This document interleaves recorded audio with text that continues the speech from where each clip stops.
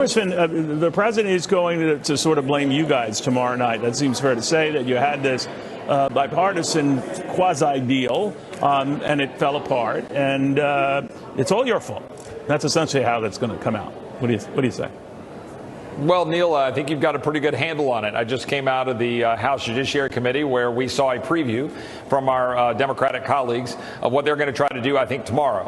What you will not hear from the President of the United States tomorrow in the House chamber, where I'm just standing right outside of right now, you will not hear him talking about Lake and Riley. You will not hear him talk about their lives. You'll not hear him talking about the 2-year-old who was killed in Montgomery County right outside of D.C., or the young lady who was raped in Louisiana by someone who was here illegally. All of these individuals released into the United States under this president's broken policies. He's not going to want to talk about that human face. He's going to want to try to hide behind legislation that, as you know, was being worked on in the Senate. Yes, bipartisan, but with very few actual supporters who knew border security policy.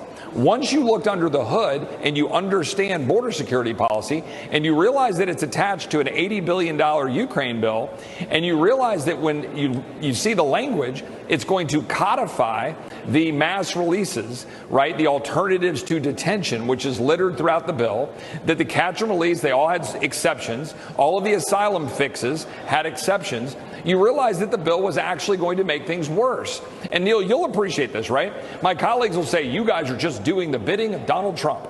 Well, you know me pretty well. I mean, I don't really go around doing the bidding of Donald Trump. I'm happy to say when he's doing the right thing. I'm happy to say when he's doing the wrong thing. Same thing with my Republican colleagues and Democrat. I opposed the bill because it was bad. I think President Trump opposed the bill because it was bad, not because he wanted political points to be able to run on this through the fall. It was just a bill that wasn't going to get the job done. So you'll see that tomorrow. Our job is to make clear we passed H.R. 2. It would do the job. We need to keep moving forward to try to get actual legislation to force the president to act.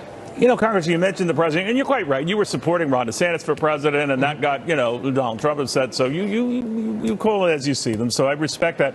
But I did want to get your take on Donald Trump and Joe Biden, whether they ever debate. This could be the first time since 1972 that we don't have presidential debates. Now, back then, it worked out fine for incumbent Richard Nixon. He had avoided the same thing when he first ran for president in '68 after his loss to John F. Kennedy. But it was maybe because of his experience in those debates with John Kennedy that he swore never to debate again. It worked fine for him. So maybe the Biden folks are figuring no debate will work fine for him. What do you think? Well, I mean, I certainly, if I were somebody that was advising President Biden, I wouldn't want him out in full public view either. I certainly wouldn't want him to have to go head to head on the stage. Now, I was critical of former President Trump for not agreeing to debate Governor DeSantis or Governor Haley, for that matter. I think we should have had them on the stage. I think the American people deserve that. They certainly deserve it when you're down to the nominees for the two respective parties. So, of course, I think they should debate. He's the sitting president of the United States, running against the former president of the United States, almost assuredly, unless something strange happens.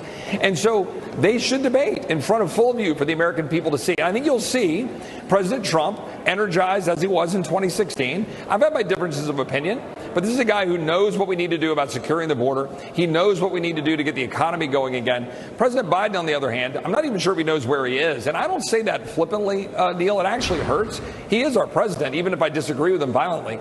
But he clearly is not all there. And most of the people around him, radical progressive Democrats, are propping him up. So I'd like to see them on the stage head to head, dueling it out on issues that the American people care about. Well, I have you, Congressman. This U.S. House bill that will apparently fund parts of the government and avoid a shutdown, it's apparently getting more and more support. I don't know if it's bipartisan support, but it's support. What do you think of that? Where are you on this whole avoid a protracted shutdown, because what we've got now keeps us going for another week or two? Sure. Yeah. Well, I just voted no, and then I ran out here to come do the interview with you. I hope I'm not missing another vote here. But look, I'm a no. I mean, look, this bill will spend money that we don't have. It busts the caps that were passed on a bipartisan basis last year. It will not move the important policy priorities that we put in place. For example, in the transportation bill, we had language in there that would have said you don't get money if you're a sanctuary city. And if you have a sanctuary city, you're not working with ICE, you don't get the money.